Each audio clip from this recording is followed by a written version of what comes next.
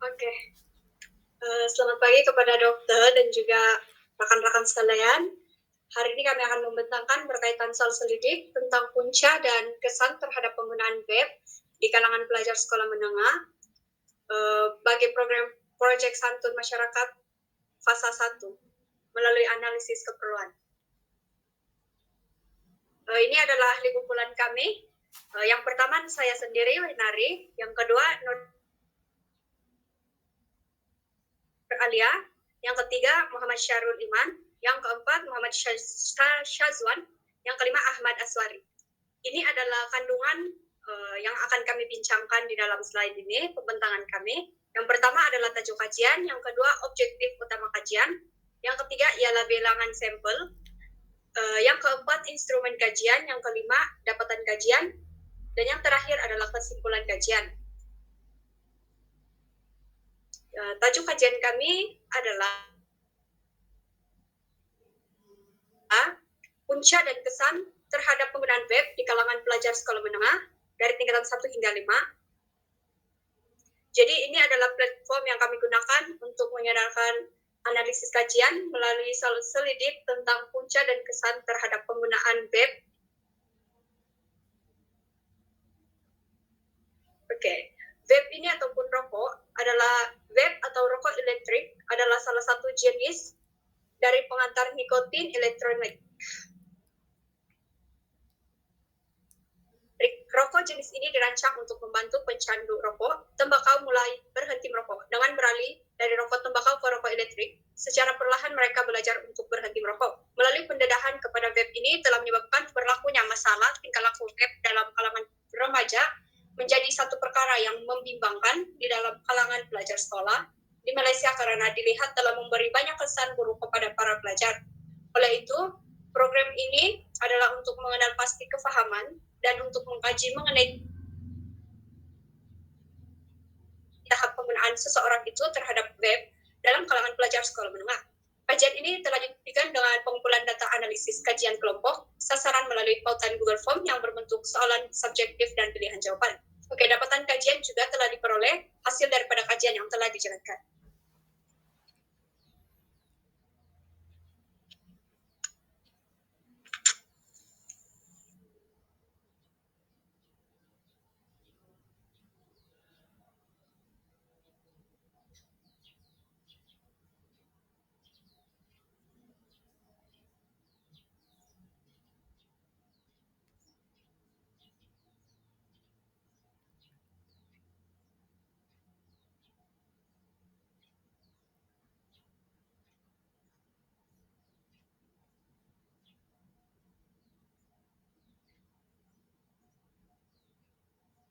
Seterusnya saya serahkan kepada rekan saya yang akan membentangkan.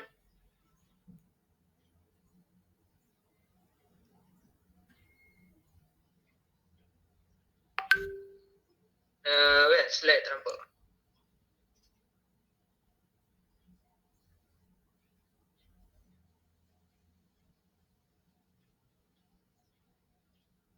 Slide nampak kan? Nampak? Ada? Slide nampak? Nampak. Nampak. Agak internet slow ke?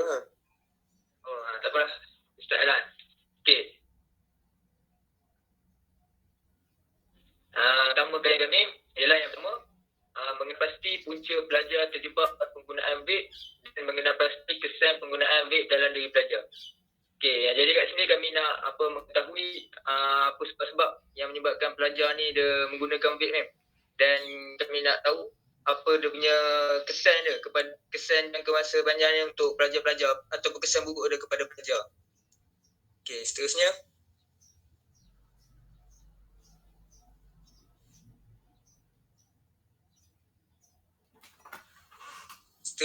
dapatan kajian. Okey, kami berikan kajian soal selidik ni kepada beberapa sekolah menengah. Okey. Slide dah tukar. Dalam bilangan sampel. Oh. Okey, sorry. Okey, bilangan sampel.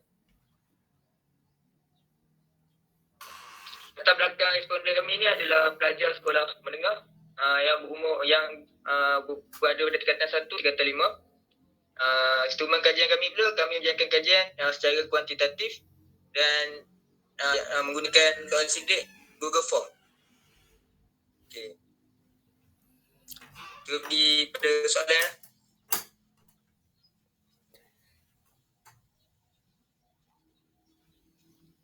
Soalan. Okey, bagi demografi responden, berdasarkan 250 responden yang menjawab Google Form ni, kami mendapati majoriti yang menjawabnya adalah lelaki. Itu seramai 70%. Dan perempuan 29.1%.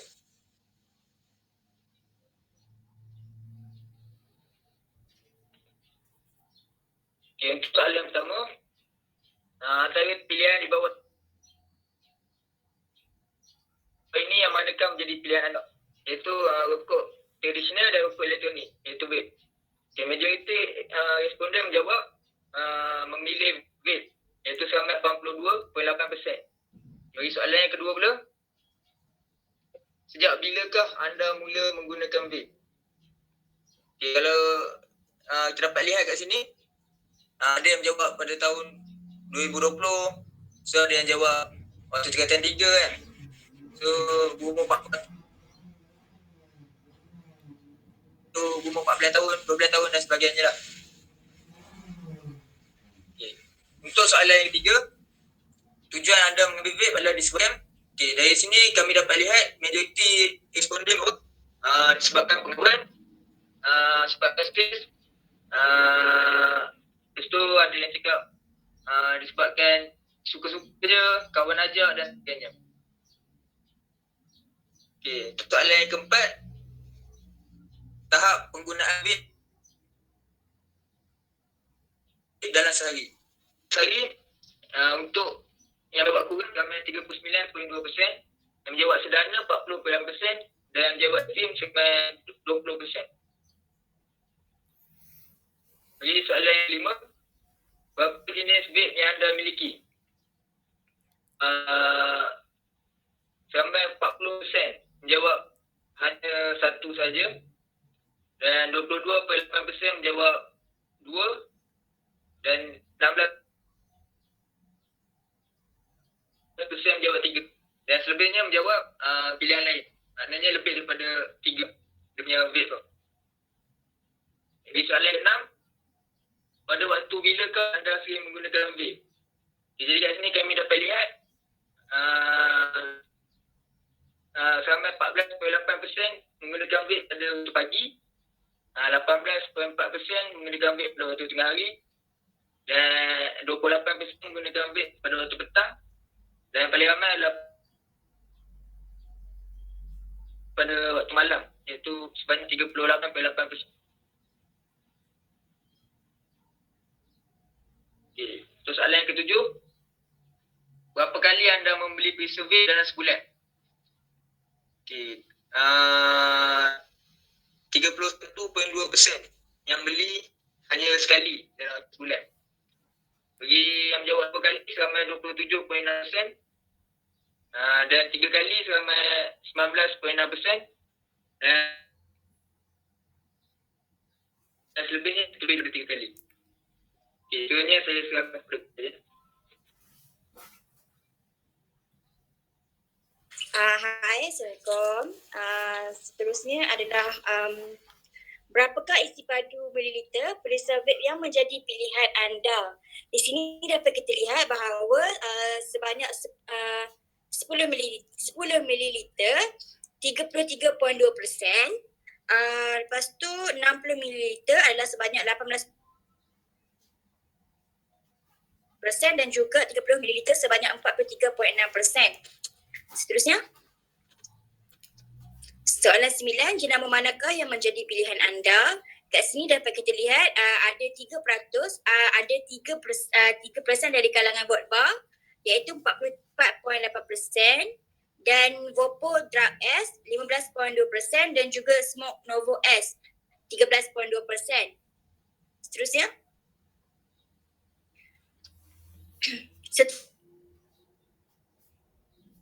Seterusnya, perisa vape yang menjadi pilihan anda adalah Mango sebanyak 20.8%, Coffee 18.4% dan Honeydew 36%. Okey, seterusnya. Soalan 11, adakah anda sering mengambil vape secara? Kat sini kita dapat lihat dua jawapan, iaitu yang pertama adalah secara bersendirian 49.6% dan juga bersama kawan 50.4%. Seterusnya. Soalan yang ke-12, sumber pembelian adalah melalui berkongsi dengan kawan 20.8%, duit simpanan sendiri 48.8% dan juga 16% daripada duit daripada ibu bapa. Jadi kat sini kita dapat lihat peratus yang paling tinggi adalah daripada duit simpanan sendiri. Okey, seterusnya. Soalan yang ke-13, apakah istilah yang anda gunakan untuk mengajak rakan anda menghisap vape bersama? Contoh, jom berasak. Okey, dekat sini dapat kita lihatlah ada yang menjawab jom berasak, jom hisap, vape dulu dan sebagainya. Okey, seterusnya. Okey, soalan yang terakhir pula adalah apakah pendapat anda tentang vape pada zaman kini? Okey, ada yang kat sini ada yang menjawab best, sebagai hiburan, bahaya, seronok, mantap, tak best dan ikut trend dan juga sebagainya lah. Okey, sekian daripada saya. Seterusnya saya serahkan kepada Syazwan untuk menerangkan storyboard.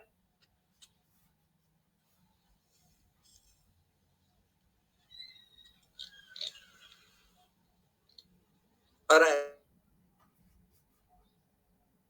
Assalamualaikum dan selamat sejahtera saya ucapkan kepada semua Dr. Emilia dan rakan-rakan dikasihi oleh Allah sekalian.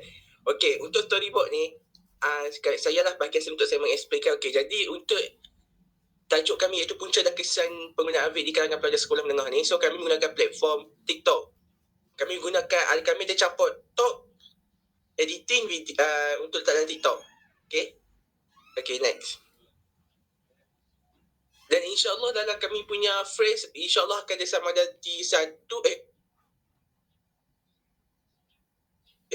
dua atau tiga pengenalan, punca dengan kesan penutup sekali ataupun pengenalan punca kesan dengan penutup sekali.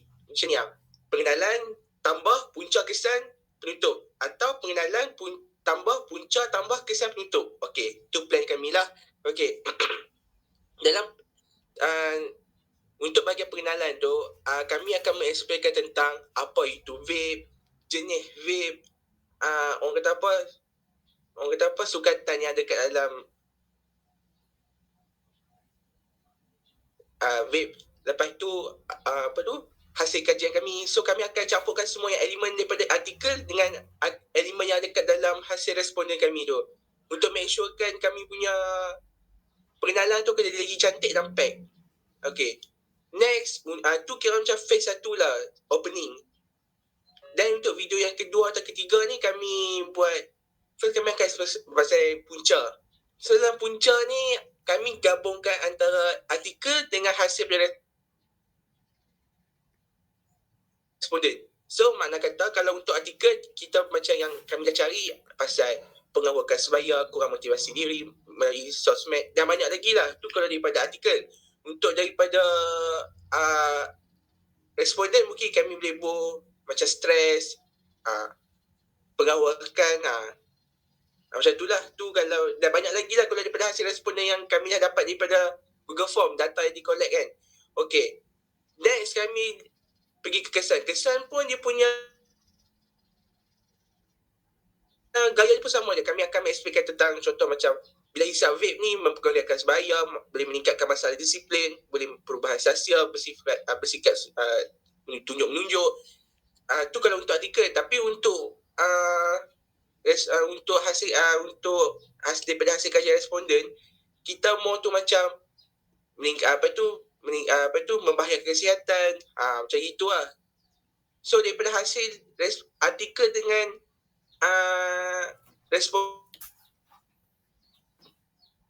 pada hasil kajian tu kami campur sekali dalam kami punya penjelasan nanti. So dan penutupnya adalah keseluruhan lah untuk menyimpulkan semua daripada pengenalan, punca dan kesan dalam penutup. So untuk pengenalan tu kami target untuk seorang saja, pengenalan penutup orang yang sama. Untuk punca kesan tu punca 2 orang, kesan 2 orang. So kami akan upload ni dalam TikTok, edit pakai app biasa dan kami akan masuk ke TikTok. Mungkin sebanyak 2 phrase atau 3 phrase. Bergantunglah, insyaAllah. Okey, seterusnya akan di-explain oleh kawan saya tentang tentative program oleh saudara Aswari. Okay, Assalamualaikum warahmatullahi taala wabarakatuh kepada doktor dan juga rakan-rakan yang dikasihi sekalian. Dengar tak suara saya? Okey, pada hari ini saya akan terangkan tentang tentatif projek santun masyarakat yang kami buat. Okey, next.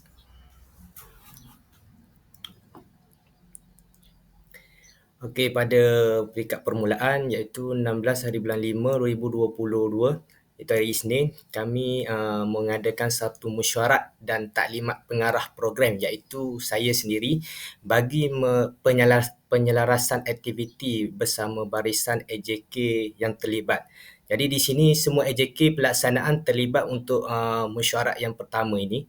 Untuk yang kedua iaitu 17 hari bulan 5 2022 iaitu hari Selasa, persiapan skrip dan pembahagian peranan serta lembaran kerja kami bahagikan kepada ahli masing-masing iaitu yang terlibat adalah setiausaha dan juga editor.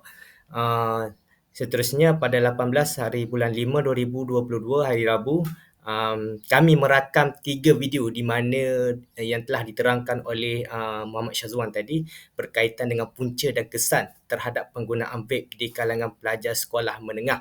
Jadi rakaman video ini semua AJK pelaksana terlibat.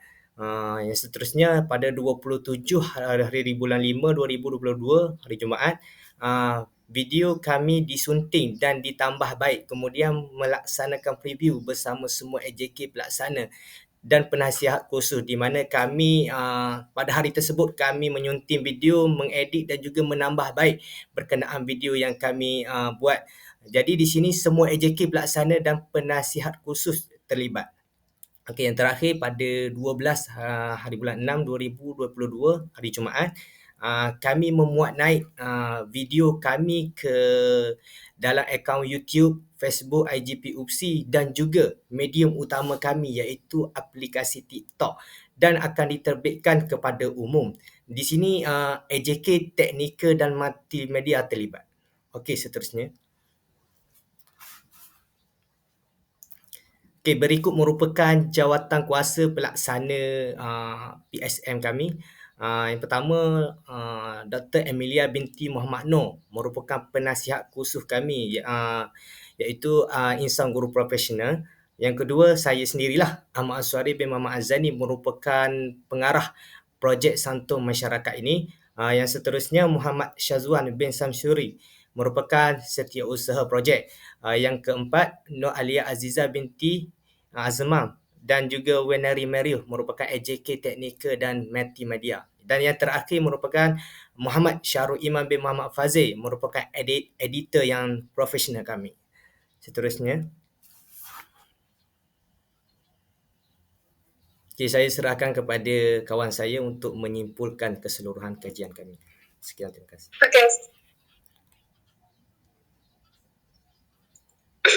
Oke, seterusnya kita masuk dalam kesimpulan kajian. Dapat kita lihat daripada hasil kajian, responden terdapat 173 lelaki dan 72 perempuan yang terdiri daripada pelbagai tahap umur, yaitu daripada 13 hingga 18 tahun telah menjawab soal selidik yang telah kami sebarkan. Soalan-soalan adalah merangkumi pengetahuan berkenaan punca dan kesan penggunaan vape dalam kalangan pelajar tingkatan 1. Dapat kita lihat terdapat 14 soalan secara keseluruhan. Jadi analisis keperluan yang menyeluruh ini telah membantu dalam melaksanakan program santun masyarakat PSM sekaligus bagi mencapai objektif dan matlamat. Ini adalah lampiran untuk soal selidik kami dan juga hasil dapatan kajian kami. Itu saja dari kumpulan kami. Sekian dan terima kasih. Jazakallah.